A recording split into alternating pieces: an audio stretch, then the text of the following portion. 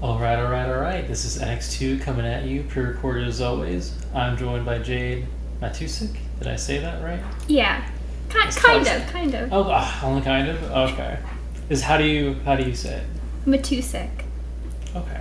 So Alright. pretty close. Just Pretty close. I got Jen's on the first try, so I realized then that I should probably ask, and I always forget until we get to the podcast. a lot of people, I think, make it a lot harder than it actually is. It looks like it should be a hard last name, but it's really just how it's spelled. Well, here's Jade, our ENX2's talented content marketing specialist. Also my snake buddy, the only other person in the company who got a snake on the spirit animal test. So it makes me feel a little bit better. Hopefully that just means that we don't do a lot of walking. Hopefully. Yeah. As our content writer, you must get used to writing content a lot. But you have experience in more than just marketing writing. You also do creative writing too. You literally have a major in it from Susquehanna. Yeah. So my whole major was just creative writing. I did a lot of regular academic writing, essays and stuff, but mostly I studied fiction writing for 4 years, so a little different than I think a lot of schools. Yeah, it's really interesting. Do you think that creative writing helps you prepare for marketing, or was it more like learning a whole new skill? No, I think a lot of it carries over, especially for so much marketing writing. You need to be really engaging to get your audience interested in what you have to say. So I think creative writing really helps with that. Just because with my background, I was trained to write novels and stuff one day. So you really have to get people engaged with that. So I think that helps a lot. Okay. Did you ever find that the writing techniques you use for creative writing conflict with marketing writing at all? Sometimes, yeah. It did have a bit of a learning curve when I first started. Sometimes you have to be a bit more direct than you would with regular writing, writing calls to actions and stuff like that. Wasn't anything that I had experience with before, and it felt a little funny to do when I got started, but you get into it pretty easily.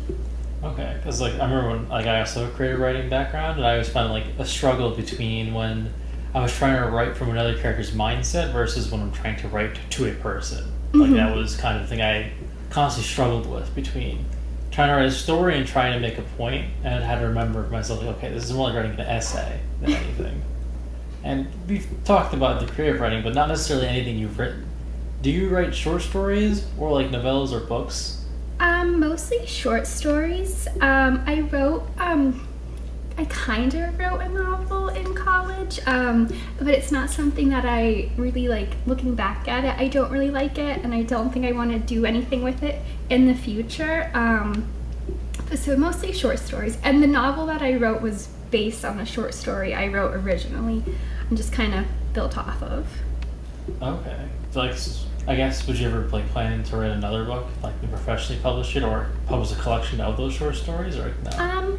If I was going to publish something, I'd probably prefer doing a novel. I'd like to submit short stories to different places. I just never really get around to spending the time on doing it. After writing all day, it gets kind of hard to want to write more after that. Oh, that's something I've really kind of also had to kind of struggle with. So not all the time, but I kind of feel when I go home when I'm writing for my book or my website, it's usually I don't really get as much tired out, I guess, from writing all day marketing, because it's just a different kind of writing. I kind of always felt it was kind of flushing out the system, so to speak. But you feel it's similar enough where it's really tiring to go from all marketing writing all day to creative writing at home? Yeah, sometimes even though it is so different, it's just I think it's just the act of spending more time staring at a Word doc. You kind of just want a break from it. Oh yeah, that's true. I kind of wish there was a different format or place to kind of write stories. There's a different way to write it. Oh, what if I could just speak and they would just listen to my voice or record it? That would probably wouldn't end up working out that well, thinking about it. I think some people do that. I don't like listening to recordings of my own voice, so I would have a meltdown doing that. Oh. I always usually pictured it as a voice to text, but then I realized it probably Yeah. catch every breath in that I say, and trying to go through that editing wise just be like, oh, nightmare. Thank you for coming on. As a creative writer myself, it's interesting to see how someone with similar interests and experiences a completely different like path to get to like the similar place for me. I guess now I would like to say thank you for our listeners. This is kind of all the time we have for today, because now we gotta go back to work. I guess there's no fun way to say that, because like even if you're having fun working, there's no fun way to say I'm going back to work. Like, okay, work's not a fun word, but yeah, but still. It's nice when you get to write all day, though. It's true. This is very true. So thank you for everyone listening, and goodbye.